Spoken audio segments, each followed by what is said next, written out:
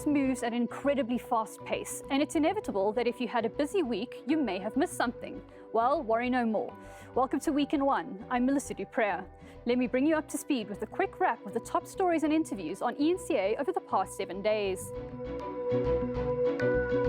This week marks 9 years since the murder of Senzo Meyiwa. We shine the spotlight on learner suicides in Gauteng schools. There has been 18 incidents of mugging that have been reported at Lions Head and Signal Hill in Cape Town in the last 3 months. Eskom seems to have another headache to deal with.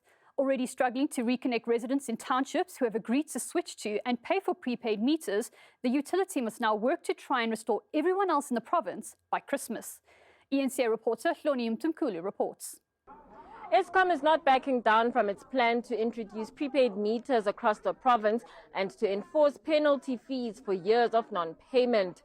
While it's a matter that has become a source of contention, some of the province's residents have caved in and have started paying the initial 500 Rand reconnection fee, yet in parts of Pimville, this payment has not been enough to see their power supply restored.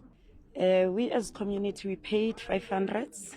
And after that, the forms were given to the citizens, and of which the citizens, they filled in the forms. And after that, we were told that after 3 weeks, we will be getting the electricity, but we couldn't get it. Because namanje bayikhulumile ukuthi vele bazoza from ngale after lawo ma5 ukuthi bazo installer ama prepaid asinankinga ugesi vele mele siubhadala ayikho into yamahala. But ke masibhadala njengoba sesikhiphela ama500 asithole nathi i-service delivery masingayitholi service delivery what's the use ukuthi sibhadala Hlu sikhiphile imali ama500 swakhiphile senze njani ungabhadala i350 ebumnyameni angeke akasilayitele sizobhadala vele yes sifanele sibhadale vele angithi kodwa silayitele sibe sesiyakhokha ke ngoba obviously is very Eskom says even those who've paid will have to wait out the process it takes to be reconnected through a prepaid meter. It takes a while before we can actually get stock to replace those. And also when we replace, sometimes you'll find that the meters have been damaged, the network needs to be normalized. So there's a lot of work that needs to be done before the area can actually be energized. Under the transformer replacement program, Gauteng Premier Panyaza Lesufi says he wants outages to be a thing of the past by December for affected communities. It's our deadline that unfortunately we're imposing on them, and I know it's very difficult. They've given us around March next year, but we say if we can do 11 per week, you can definitely expand and do either 20 per week. As we said, really we have given the date of March, but you know, we need to just review and see how best we can work with each other. Despite the grand plan to reconnect all of Gauteng, those who owe non-payment fees will still have to settle those to have power. Hloni Mtumkulu, Swaneville. This week marked 9 years since Senzo Meyiwa was shot and killed, and the accused are still on trial. Another police officer took the stand in the trial within a trial, this time over accused 2 Bongani Ntanzi's second confession to police. Last week, a magistrate revealed Ntanzi had also confessed to her in the presence of his lawyer, but the defense says those confessions were made under duress. ENCA's Manqoba Mqunu reports. The fact that you failed to record directions, if there were any given by the accused, it's because the accused never gave any directions. That's the assertion from the defense that contends Musgaukulelo Sibiya was coerced into making a pointing out statement to police. On his second day in the hot seat, Colonel Kosnati Hadebe's actions were also questioned. Did you ask his consent to take him out from the cells, or you just instructed him? I requested him to come with me. Did he agree? Yes. And where did you record that? That you requested the permission from the accused to book him out so that you can go to the office? Nowhere in my statement. You did not record that because you did not ask him consent. I'm asking this question because we are dealing with the issue of voluntariness here. Sibiya claims he was assaulted and tortured into making the statement on several occasions by police, But the court also wanted clarity on what transpired. At any stage, Mr. Sibiya said to you, those are the people who assaulted me. At no stage has he ever mentioned Didn't make any that assault to allegation. me. Yes. Those are the people who threatened me, who forced me, who choked me, who assaulted me. No, my lord. Another headache for the defense is a second confession made by Ntanzi at the Morocco police station days after his arrest. A police officer who took the confession has told the court Ntanzi was informed of his rights, including the right to legal representation. Do you have the name of the legal practitioner, attorney of your choice that I can call now? The answer was, I do not have any lawyer and I do not want the use of the attorney, neither the legal aid board. But the defense will argue otherwise. The accused was forced to make a confession. Was forced to make a confession. That's correct, my lord. Was assaulted in the presence of the witness that is coming to testify. Rapudi's evidence-in-chief continues on Thursday. Manqoba Mchunu, Pretoria. The Gauteng Education Department says it's launching an investigation into the suicide of a 12-year-old pupil at a primary school in Thokoza. The family of Sibusiso Mbata has been left devastated at his death, and they say it was caused by bullying. ENC reporter Hloni Mtunkulu has more. Sibusiso Mbata's family is devastated and angry. Not only are they dealing with the loss of a child by suicide, but they're also incensed by the response from education officials. That's how much they care. They will address everyone, they will address the media, but the family, no. So whatever that we will hear, we'll hear from immediate. Chinanje, we know nothing. A top achiever who was living proudly, Mbata took his life on Monday. It is alleged that a teacher at his school made homophobic comments towards him. These are said to have started in the second term of the year. The family says the educator even admitted to making those remarks.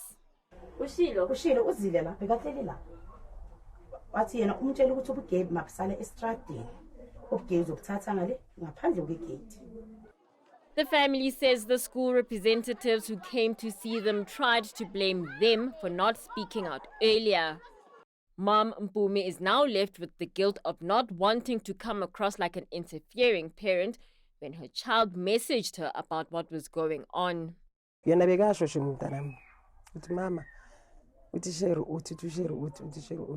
Sometimes ezinye ngingazinaki ikhuluma nje ngithi ayisibusisa umi kancane kanti nami azange ngithathe step kube ngamhlambe ngajumpa njengoba bebabangitshela ukuthi sisibongile ukuthi wayengazange ureporta mhlambe ngabe yastopa early. The Gauteng Education Department would not confirm that a teacher was implicated in the suicide, nor that there were homophobic remarks made.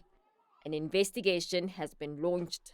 No, like as I'm saying, we can confirm that we are probing allegations of bullying without classifying what kind of bullying will that be. But it's actually safe to say it's important for us to also be given an opportunity to conduct that investigation, which will lead to anything that might have happened. It will give us a peace. We would suspend this teacher. Is not going to come back. But justice must be done. We know the government doesn't care. Can they pretend as if they care? Can they just pretend as if they care? Wamanji, just to comfort the family.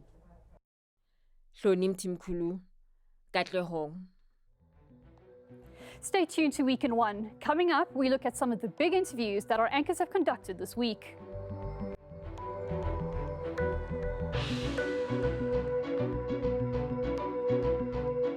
Welcome back to Week in One. I'm Alyssa Dupré. Following up on the concerning number of learner suicides in Gauteng, our show's followed up on the story. ENC anchor Tumelo Mototwane spoke to Gauteng Education spokesperson Steve Mabona to dissect the issue. I think it's quite tragic any time you hear of a child or a pupil having died, either due to bullying or any other reason for that matter. But as a department, surely you take these matters seriously. What are the merits of such cases that we are hearing about? Good afternoon, Tumelo, and to all our viewers. Yes, it's quite concerning as a department. We should be focusing on what we are preparing for, the curriculum. We know that now is 4 days to go. We will be starting with our examinations for the matrics, and tomorrow we are opening a school. So we should be focusing on that. But these, incidences, they are a true reflection of what is happening in our society. I mean, the story that you mentioned about a learner at the burger who stabbed the other one. I mean, it's a girl who stabbed a boy. A grade 8 girl stabbed a grade 10 boy learner. Yes, due to fighting, but we can't fight to an extent that we harm each other. We want to kill each other and fighting. We must not be fighting in a school environment. So it's quite concerning. That's why I will normally say to parents, let's work together. Let's make sure that our children are disciplined, and let's not abdicate that and say ill-disciplined learner must then be seen by the school. Because at the school, we need to focus in the curriculum than focusing on ill-disciplined children. Yeah. But what are people still doing with knives and dangerous objects in school premises? I know that as a department, you had taken this matter quite seriously in different schools, where you'd even dispatched law enforcement to search the bags of learners upon them arriving at the school gate. But it still seems like those interventions are not bearing fruit. Pupils are still carrying very dangerous weapons, it seems, into the school premises. Now, since we have launched our Khutlamolao, we've been working very hard with the police. We go to different schools, most especially the schools that we've classified as schools that need priority because there's high pressure, there's violence, there's crime, there's a lot of things that are happening. We do sporadic and unannounced searches with the community safety, police, with the help of Amapanyaza. I mean, we search and we confiscate a lot of things that are not supposed to be at our schools. So on a continuous basis, we conduct those searches. This learner used a pair of scissors, which is quite unfortunate because at some point at school, there's an element where you will use a pair of scissors. So it's quite unfortunate, but we work very hard as the department to make sure that we clear anything that might harm, children in our schools. The Brainhurst Foundation survey spells an election disaster for the ANC next year. It says the governing party will drop to 37% in Gauteng and KwaZulu-Natal and predicts that the economic freedom fighters will be the biggest beneficiary. ENCA's Dan Moyane spoke to Dirk Kotze. When you hear about some of these numbers and how it's likely to play out, there should be no surprise, really, because the ANC's fortunes, election after election, have been declining. And of course, the new kid on the block since 2013, different parts of the country, the EFF, has also been rising. And as Ray Hartley points out, the ANC is going to face a very tough race in KwaZulu-Natal. That is indeed so. I think KwaZulu-Natal, but we've seen the signs already in the 2021 election, the local government election, where, for example, they didn't have a majority anymore in eThekwini, the Greater Durban metropolitan area. They have also the fact that in the 2019 election, they lost a lot of votes. So it's not a new trend. It's not a new tendency or new development. It's something that comes quite some time back, or it started already. I think one of the explanations which have not been presented yet is the fact that it's not anymore President Zuma who is the president of the ANC and the national president. That helped the ANC in KwaZulu-Natal tremendously, and it bolstered its support in that province. The fact that if we look at that within the ANC itself, the KwaZulu-Natal does not play a very prominent role. No one from the province is in the top 7. That was the case in the previous term, the previous 5 years of the ANC also. So I think there is a decline in general in the prominence of the ANC, of KwaZulu-Natal in the ANC, which is linked to the prominence or the role played by President Zuma as president. And now we see the problems that you refer to, governance problems, the problems with respect to the issues about the natural disasters, about the uprising that was there 2 years ago.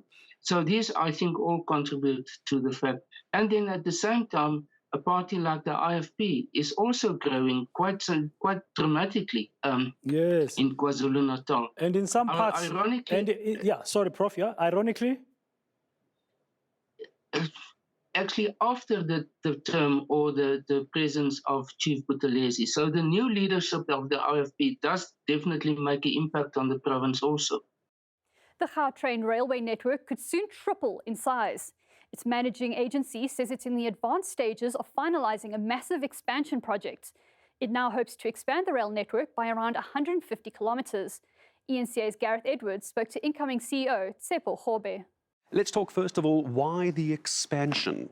If we as South Africa were to actually be able to step in and start implementing the sustainable development goals, and I'll talk about 3 of them. So if you think about livable cities, and then you think about it and saying, well, how do we ensure that the economy of the country can run properly?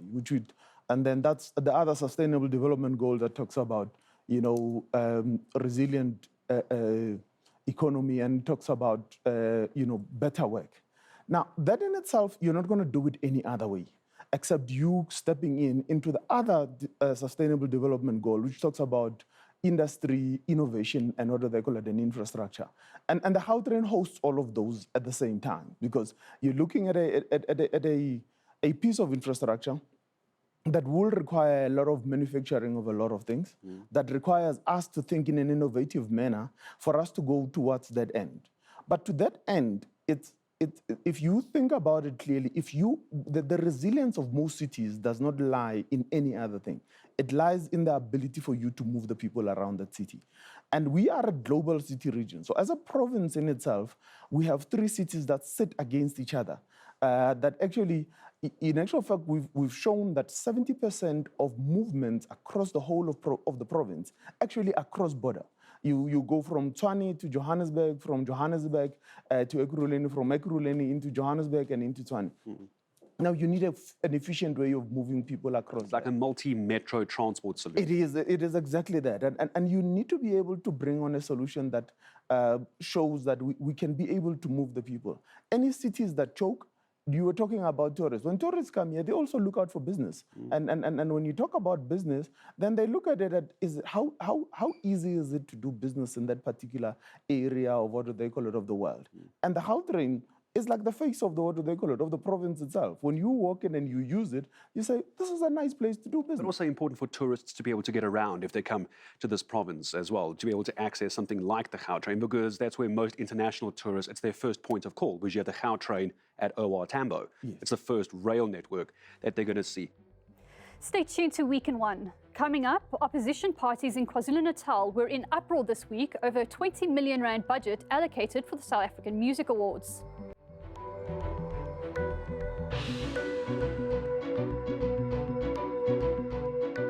Welcome back to Week in One. I'm Melissa Dupré. MEC for Economic Development and Tourism in KwaZulu-Natal, Siboniso Duma, insists the amount the department pledged to host the South African Music Awards was above board. This follows an uproar from opposition parties who questioned the 28 million rand the department planned to use to fund the SAMAs. ENCA's Letiwe Mdluli reports. I've advised the department to stop the hosting of South African Music Award this year.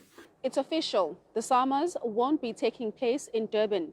MEC for Economic Development and Tourism, Siboniso Duma, announced this during a media briefing in Durban. Duma insists that funding for the SAMA Awards was above board. The procurement process was followed, and the department to secure approval from Provincial Treasurer for funding of the SAMA Awards was above the board, transparent and free of any irregularities. Unfortunately, in the process of ensuring transparency, official and public available documents have been weaponized against the departments to scandalize this national event.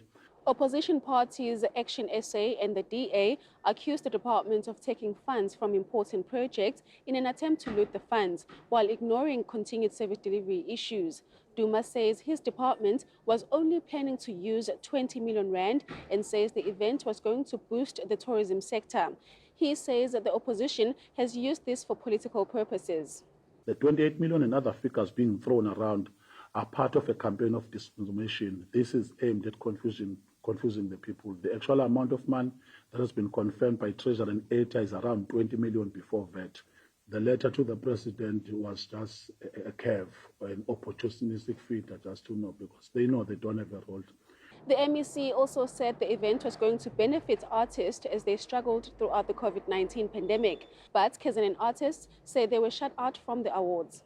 We are not happy that the awards are not taking place because we were only asking to help by activating the province so that people from Singa, people from Kanyagu, they'll feel that there are summers that are going to be here for 3 years. So now if it's happened like this, we are not happy. So that means there was no plan for us. Zulu says that the awards were never going to benefit artists. Lethiwe Mdluli, Durban. 18 incidents of mugging have been reported at Lions Head and Signal Hill in Cape Town in the last 3 months alone. Sandparks officials remain concerned about visitors' safety and are strengthening joint operations with local law enforcement. ENCA's Nobasutu Hejana reports. Sandparks says it's struggling to ensure 100% safety as their Cape Town parks are non-gated. Now they're working hard alongside partners, including the city's law enforcement agencies, for increased visibility at parks. Despite this, one organization believes more should be done as a way to promote tourism in the province. And we know that Sandparks have the resources. Pre-COVID, their income was 370 million rand, and they only spent 99 million rand on the park. So the rest of the money is going up to Pretoria for the other parks. And we believe, we'd like to request, that Minister Barbara Creecy steps in. Davis says another mugging was reported on their Facebook page this past weekend. While some locals welcome the efforts made by government, tourists share similar sentiments about needing more boots on the ground. I used to cycle a lot, but I do not want to expose myself to risks, and that if you go out cycling, you're a target. They want to steal your bicycle, but then your health and safety is affected as well. There's a lot of things that you can explore. You can go to Wharf, but the community should have a very good security for tourists like us. Tourism Minister Patricia de Lille says she's hopeful that some of their interventions for the festive season will help ease the pressure. I do know from the city of Cape Town that they have Metro Police patrolling, especially Table Mountain. But you know, the crooks are always one step ahead of us, and sometimes these things will slip through. But there is a concerted effort, especially with Table Mountain, to make sure that our tourists are safe.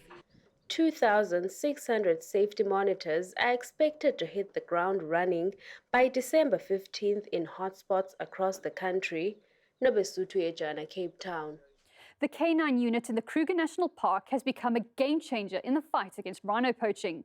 More recently, the introduction of free running hounds fitted with high-tech GPS collars has resulted in the arrest of nearly 200 poachers. ENCA senior reporter Silindelo Masikane has more. They're known as man's best friend, but inside the Kruger National Park, this pack of tracking hounds are a strategic tool. An ancient hunting practice and modern technology is being honed to combat rhino poaching. It's not such a spontaneous, almost violent interaction with people on people as you would have with a line dog. The poachers tend not to scatter, so you don't have as many people running away and escaping. When they've got the helicopters overhead, they've got the dogs, their poachers just think, you know what, the odds are too much against us. So how does it work? The pack dogs is all about speed. Once the poacher you know about them, you're tracking them, they try to get away from you. And the only way to catch them is to be faster than them. And that's where the pack dogs comes in. They're running off leash. We follow them there with a helicopter and close the gap between us and the poacher, and hopefully can arrest them and apprehend them. The dogs are trained not to attack the poachers, and the choppers in the sky are there for their protection too. Then you look at the coordination of having two assets in the air at the same time. That takes a lot of teamwork. You wouldn't be wanting in the air with somebody that you don't trust. I'll take it even further that there's a lot of communication that happens within the helicopter itself, and having the handlers who are able to communicate with us with where all the hounds are. Since their introduction in 2019, the park has logged over 100 successes and confiscated close to 90 weapons. Slinda Lomasigani, Skukuza in the Kruger National Park. And that ends our show for this weekend. From myself and the Week in One team, have a green and gold weekend. Go Bokke.